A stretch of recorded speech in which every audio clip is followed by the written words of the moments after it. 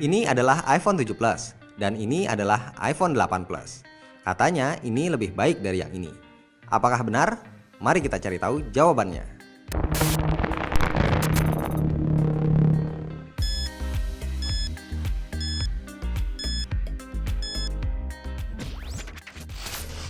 Seperti yang sudah kita lihat bersama, iPhone 8 Plus nggak menawarkan hal yang benar-benar baru di sisi desain.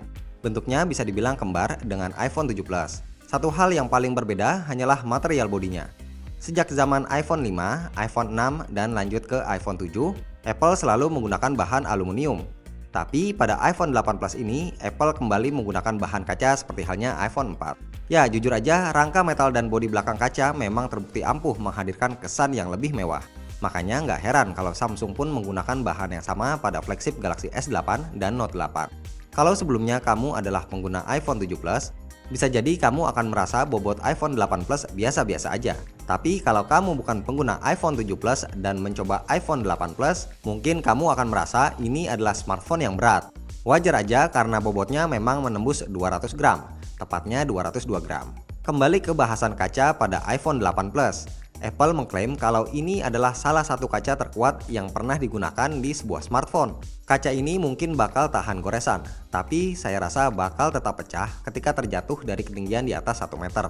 Selain itu, penggunaan bahan kaca ini ternyata juga berpengaruh pada pilihan warna iPhone 8 Plus.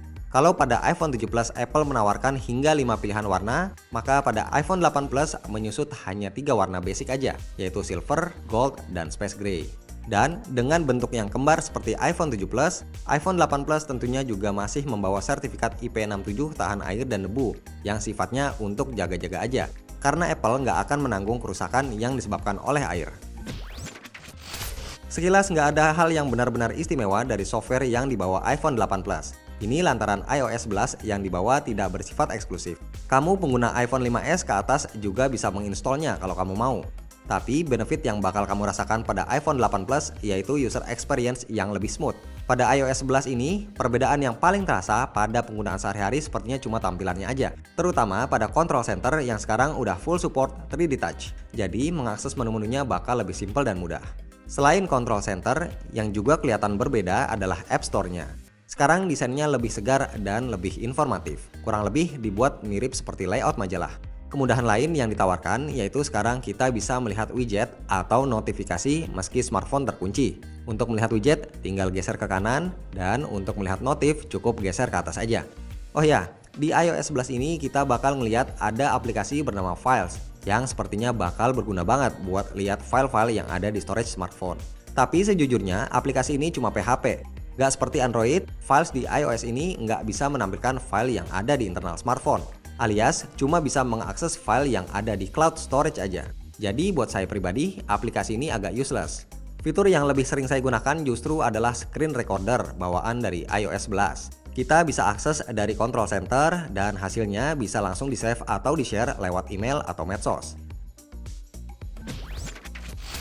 Berkat penggunaan Apple A11 Bionic, iPhone 8 Plus sukses jadi smartphone tercepat sealam semesta. Mau benchmark pakai Antutu ataupun Geekbench, skornya sama-sama belum bisa disaingi smartphone lain.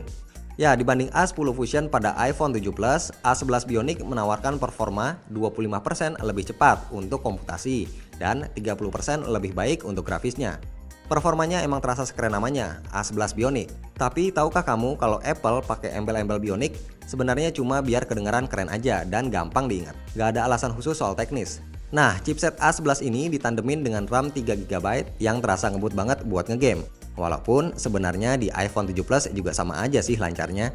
Mayoritas game super berat seperti game augmented reality ini bisa running well.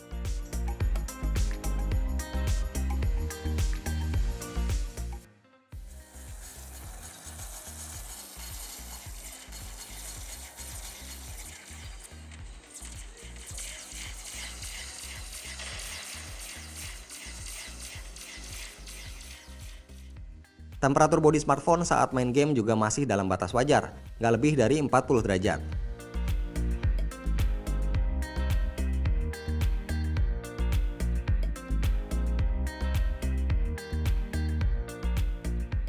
Tapi karena A11 adalah chipset yang baru, jadi ada beberapa game yang belum optimal.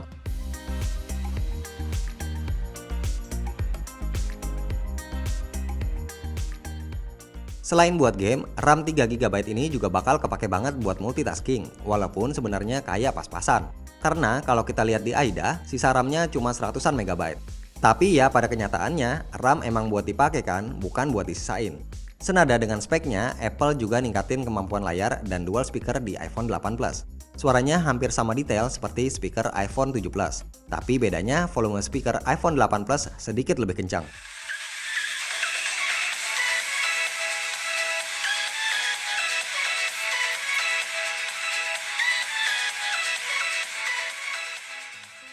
Sementara buat layarnya, resolusinya masih sama-sama Full HD, tapi udah mendukung True Tone. Katanya sih fitur ini buat ngejaga tone layar biar tetap akurat walaupun kondisi cahaya berbeda-beda. Tapi pada kenyataannya, saya merasa fitur ini cuma kayak untuk nguningin warna layar aja. Buat saya pribadi, fitur ini nggak akan terlalu kepake. Malah saya lebih sering matiin daripada aktifin.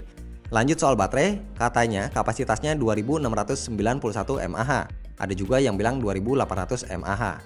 Tapi yang jelas masih kalah dari baterai iPhone 7 Plus yang sampai 2900 mAh. Gak usah keburu pesimis karena baterainya ini awet dan sanggup bertahan seharian penuh dengan penggunaan aktif.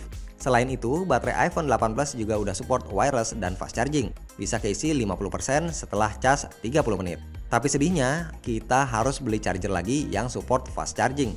Kalau ngisi baterainya pakai charger bawaan, durasinya bakal tetap lama. Bentuk dan resolusi kamera depan maupun belakang iPhone 8 Plus masih sama seperti iPhone 7 Plus. Buat mencari tahu perbedaannya, saya pakai iPhone 8 Plus sebagai primary device dan iPhone 7 Plus sebagai secondary selama seminggu. Ya, di atas kertas, kamera iPhone 8 Plus terasa mirip iPhone 7 Plus. Tapi kalau benar-benar diperhatikan, kamera iPhone 8 Plus lebih baik untuk memotret low light. Buat kamu yang hobi motret bokeh, iPhone 8 Plus menawarkan mode portrait lighting berisi 5 pilihan, yaitu natural light, studio light, contour light, stage light, dan stage light mono. Fungsinya buat hasilin efek lighting ala-ala studio foto.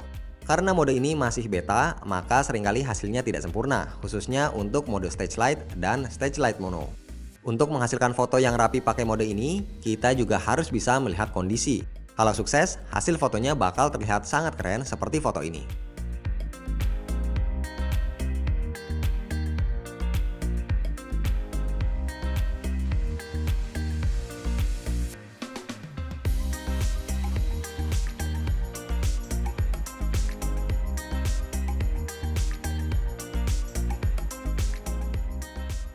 Di samping mode baru portrait lighting, kamera utama iPhone 8 Plus juga lebih canggih buat merekam video. Sekarang kamu bisa jadi videographer profesional kalau pakai iPhone 8 Plus.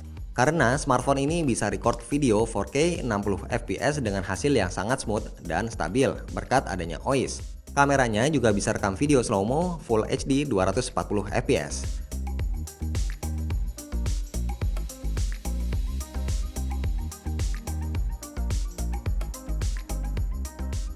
Sementara untuk kamera depannya beresolusi 7 megapiksel dengan fitur yang tergolong standar. Kamera ini berfungsi untuk memotret selfie yang natural. Kalau kamu pengguna setia fitur Beautify, maka kemungkinan besar kamu nggak akan puas dengan kamera depan iPhone 8 Plus.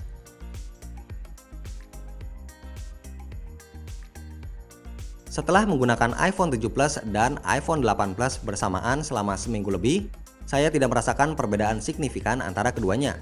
Rasanya seperti menggunakan smartphone yang sama. Jadi buat kamu pengguna iPhone 7 Plus dan punya dana nganggur, lebih baik uangnya kamu tabung daripada membeli iPhone 8 Plus. Beda halnya kalau kamu sebelumnya hanya menggunakan iPhone 6 atau kalau kamu adalah seorang videographer profesional. Maka iPhone 8 Plus adalah opsi yang menggiurkan untuk dibeli.